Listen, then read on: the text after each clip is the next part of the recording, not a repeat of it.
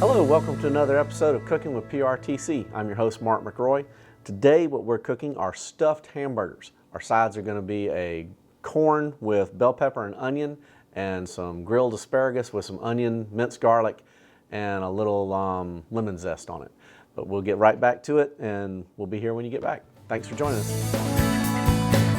Welcome back to Cooking with PRTC. I'm your host, Mark McRoy. What we're going to do today is have stuffed hamburgers. We're going to start off real quick with a little butter, always a good start. We turn our frying pan or our skillet on about medium, good even heat. Again, I like a heavier frying pan. If you've got a cast iron one, that's fine. If not, if you like the frying pans with the Teflon, I don't have a problem with those. Just don't get a lightweight one. Okay. When cooking with vegetables, if you're browning them together, it's usually best to cook the ones that are thicker or heavier. They're going to cook slower, so just try and time it, get them all in there. If you're cooking them all in the same pan, get the ones that take longer in there first. Sharp knife, push away.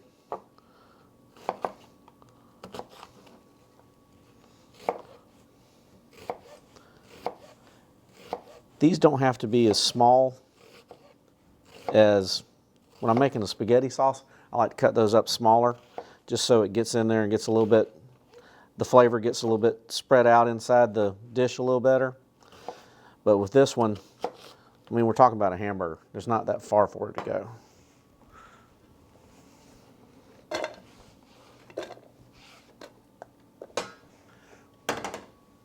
Helps if you put it on the right eye of the oven. These are Portobello mushrooms. There's 100 different kinds of mushrooms. I may be exaggerating, but there's at least 15 or 20 at any grocery store here in town. Again, the smaller groceries in town, I feel have fresher vegetables. I could be completely wrong, but it's just some way I like to think about it. I like the South Carolina grown vegetables. Again, if it's coming from Columbia or Greenville or Spartanburg or Myrtle Beach, as opposed to Guatemala or Mexico, I feel like it's fresher. Plus, if you can support the local people, I always enjoy doing that. And Portobello mushrooms, shiitakes are good mushrooms, but they're good for different things. To me, they have a little bit firmer texture to them. The portobellos, these things are fantastic, especially during crab season. You can take the portobello mushroom, take the cup out. I should have shown you before I dissected it. But take the cap out, put your crab meat in there, just stick it in the oven with a little butter on top, and just bake it. And when you pull it out, you can make a little white wine butter sauce to go on it with a little garlic. Pour that over the top. It is outstanding. Goodness gracious, it's good. Okay.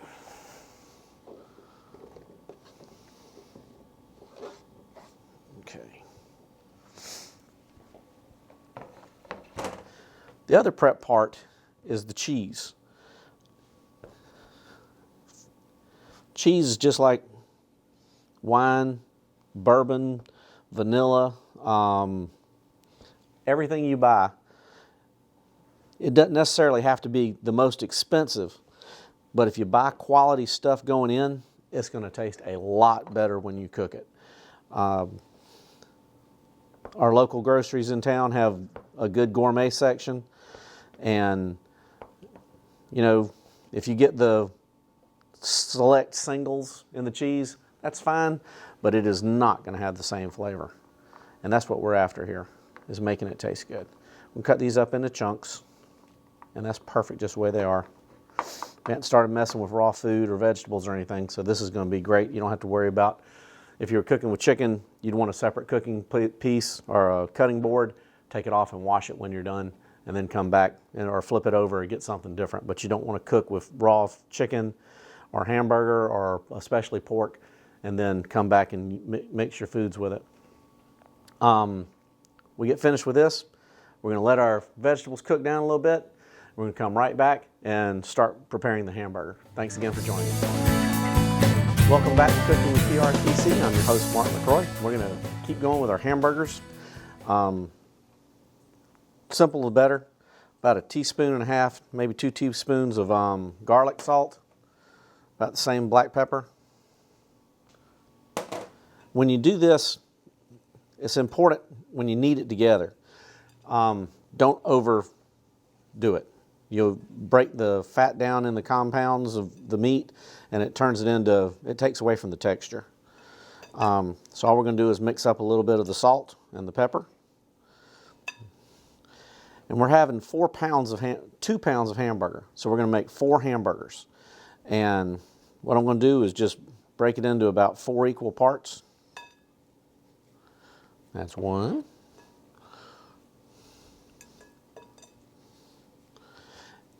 And you think these are big, but buddy, once you start eating them, it doesn't take any time at all to get into them because they are really good. Okay. Like I said, about a half a pound of hamburger each. And that sounds like a lot, but this is not your fast food restaurants. Okay, there we go. That one's a little big. Try and make them all about the same. There we go. Okay, so we're going to take these and break them in half and make it round and small. If for whatever reason you've got a fetish towards one of the other hamburgers and you want a square one, have at it. Make yourself at home. Okay.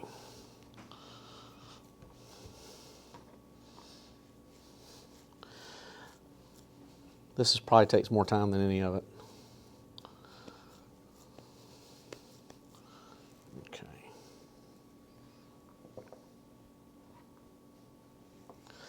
And the reason you'll wonder why we're making 8 hamburgers for 4 hamburgers. You'll see it in a second. These stuffed hamburgers are absolutely wonderful. You don't want them too thick because it has to cook all the way through. But at the same time, it has to be thick enough that it's going to hold all the stuff in it, which is going to be our good Swiss cheese.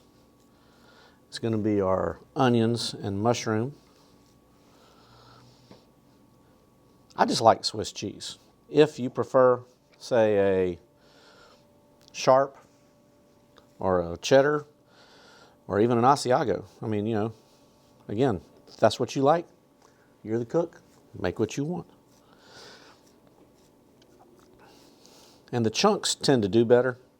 You can use shredded cheese, but of course the bigger the piece of cheese, the better the flavor, or the more of it. Okay.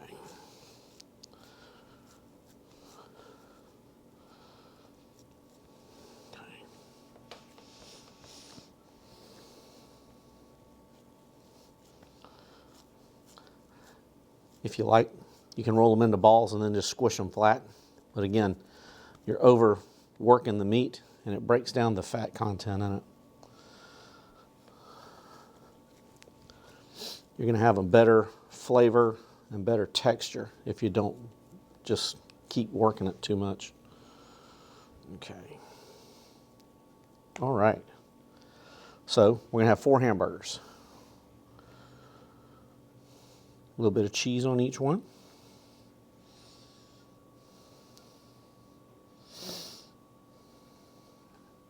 And I didn't measure it because it's kind of silly. If you like a lot of cheese, put a lot of cheese on it. If you don't like a lot of cheese, leave the cheese off.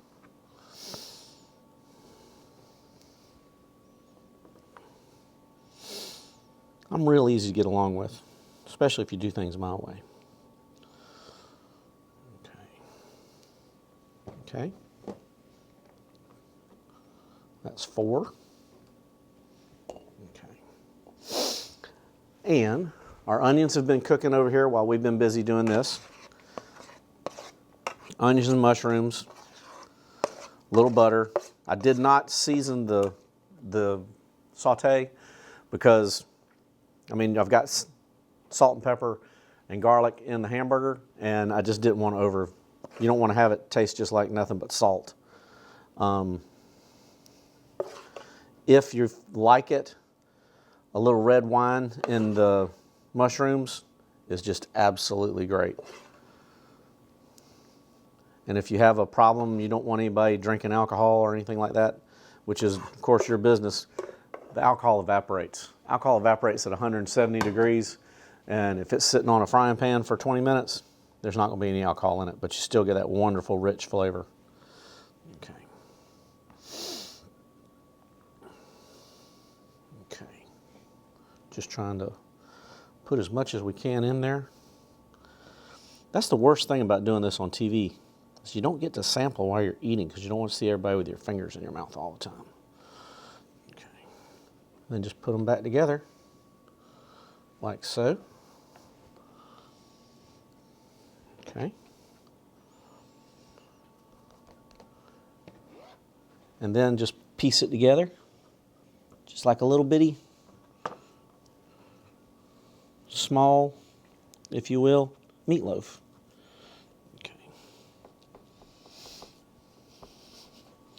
See, and you don't even know what's hiding inside it. Just pinch them together. That's perfect. And again, if you can work with it smaller, that's fine. I'd have a tendency to cook with hunting camp, something like that. You know, you got a bunch of guys, you don't have any leftovers, trust me. Okay. If you are trying to watch your weight or you're trying to watch your fat intake, you can use the leaner meat. This is I think this was a 85-15. The 90-10 is good. The 80-20, I like that because you get a lot. Fat gives it a lot of flavor. Unfortunately, it also gives it a lot of grease. So, you know, split the difference. Like I said, I go with 85. We're going to use the fat in a second. And it's going to be great. We'll finish closing these up.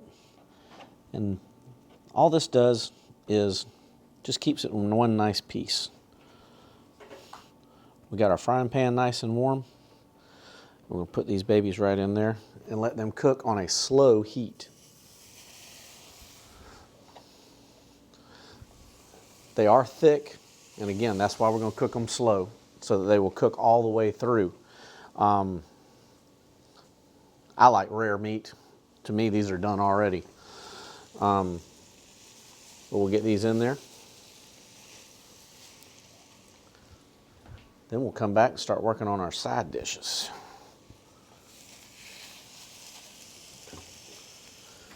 Thank you for joining us. We'll be right back. Welcome back to Cooking with PRTC. I'm your host, Mark McRoy. We're going to start on our side dishes. Real simple stuff. We're going to have some pan-fried corn with bell pepper and onion, and then we're going to have some asparagus. Again, pan-fried, keeping it simple, trying to keep as much going as we can without using as much stuff. Going back to our earlier statement about the textures, since bell peppers take longer to cook, we're going to start with those first. I like to get the seeds out. I don't know that it bothers you. Just try and make it a little bit neater. Take the meat out. Always careful not to cut Mark's fingers. It's very important.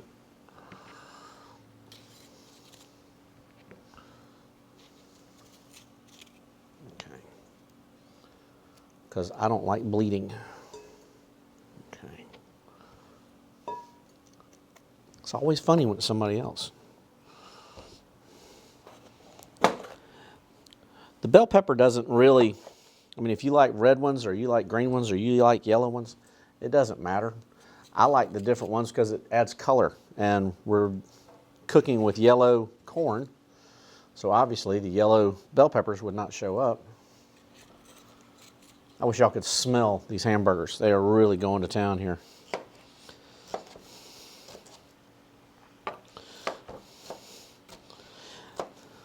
I may have covered this before, but what I do at home is I'll buy bell peppers and onions, or bell peppers in bulk. Buy 6 of them, and watching TV one afternoon, or I'll cut them up just like this, put them in a Ziploc bag, and have them in the freezer. So when I'm cooking corn or whatever the recipe calls for, I've already got them done. All you have to do is open up the Ziploc bag and throw them in the frying pan. Or the stew pot if you're making beef, or if you're doing spaghetti, it's already done. Just saves you a little time. And that's what it's all about. Making life easy for you.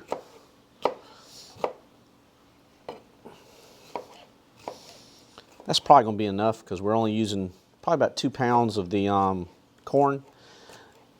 If it's during the season, I always have trouble taking corn off the cob because it just always tastes so good. And you know, right now we're getting ready to have the best time in the world with spring coming up. We're going to start off with our frying pan.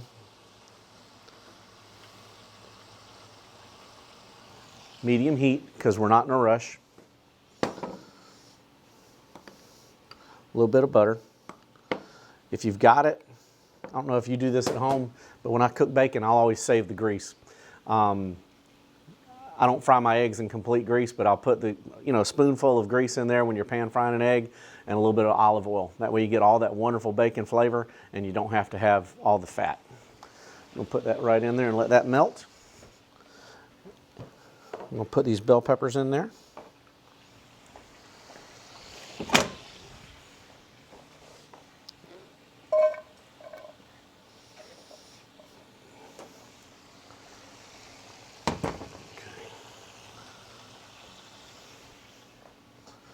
We're going to start on our onion. Again, this is getting ready to be Vidalia onion season. Oh my goodness. It's got to be the greatest thing out of the state of Georgia.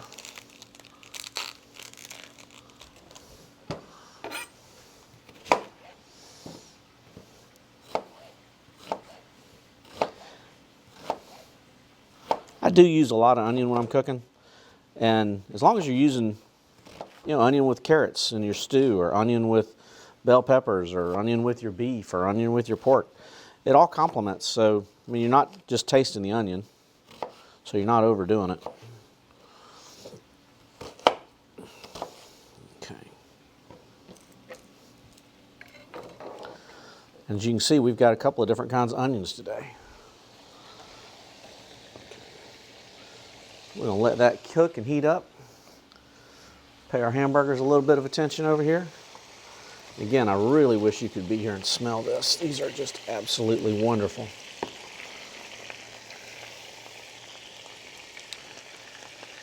And they're coming apart. One of them is. Not a big deal. It's all going to the same place anyway.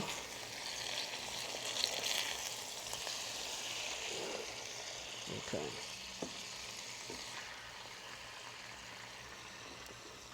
Let that sit right there and keep going. Okay. A little bit of onion back in there. That might be why the onions aren't warming up. Always helps if you put the heat under the right cooking place. Now, clean this up a little bit. And then, again, frozen corn right out of the bag and just push it right in there.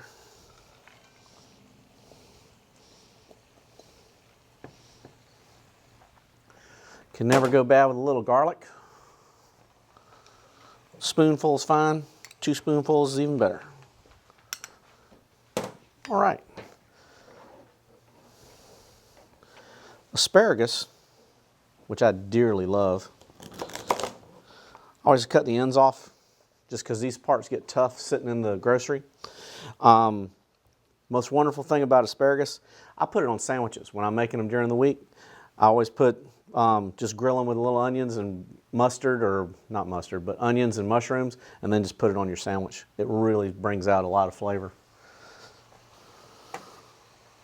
Medium heat again. A couple of tablespoons of butter. We'll drop our asparagus right in there.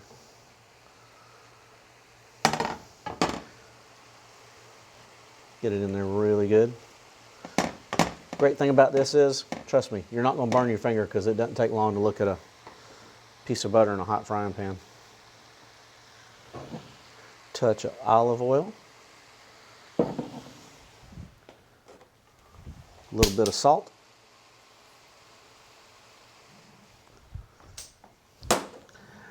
We're going to let these cook, and we'll be right back. Thank you for joining us.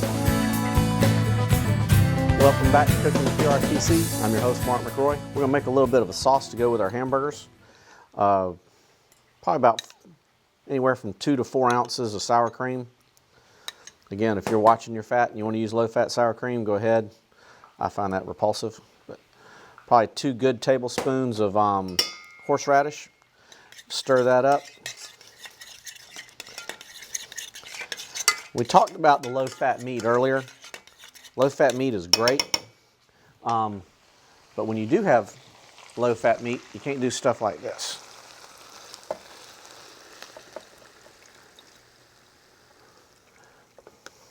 You can call it au jus, you can call it fat, you can call it whatever you want to, but it sure tastes good. We'll put that back over here and let these hamburgers cook for a couple more minutes. We'll stir a little bit of that au jus in there with the sour cream and the horseradish. And put a little Worcestershire sauce in there as well. That's good, just don't ask me how to spell it. Just get it all nice and mixed. We'll put it over here on a low heat. Let that sit. Final touch on our asparagus. Again, I wish you were here to smell this.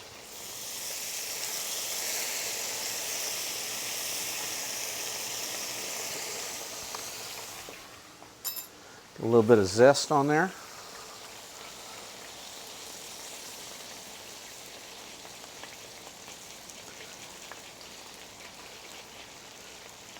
Lemon zest is, I don't know, it just brings out the spring and the summer and everything. A little of it goes a long way. Comes in there. I use this on my lemon cake and also sometimes on my, if I'm making a lemon meringue pie.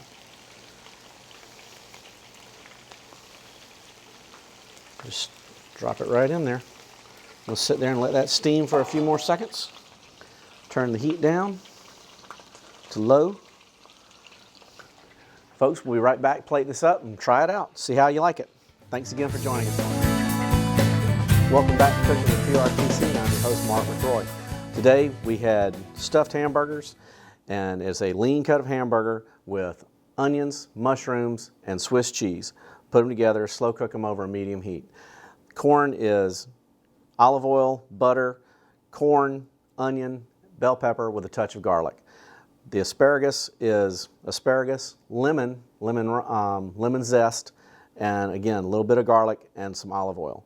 Our sauce is sour cream, horseradish, and a little of the au jus. Mix it all together over a low heat, and then we're going to serve that over the hamburgers if you like it. If not, just don't bother with it. A little extra calories. Thank you. We'll be right back and sample it and see what you think about it. Appreciate it. Dan is our guest today. He's going to try our hamburgers with corn and let us know what he thinks about it. We really appreciate you joining us. If you would like to come and guest cook with us, please contact us through email or call Chuck Crabtree here at PRTC, and we'll schedule a time where you can come and show us how you can cook. Really enjoyed it. As you can see, everything I cook is low fat and also very non-messy.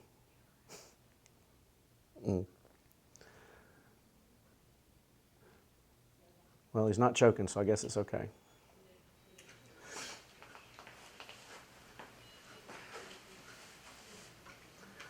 It's delicious. Thanks, Mark. Thank you, Dan. I appreciate it. The suspense was killing me. Thank you again for joining us, folks. No problem. Come back.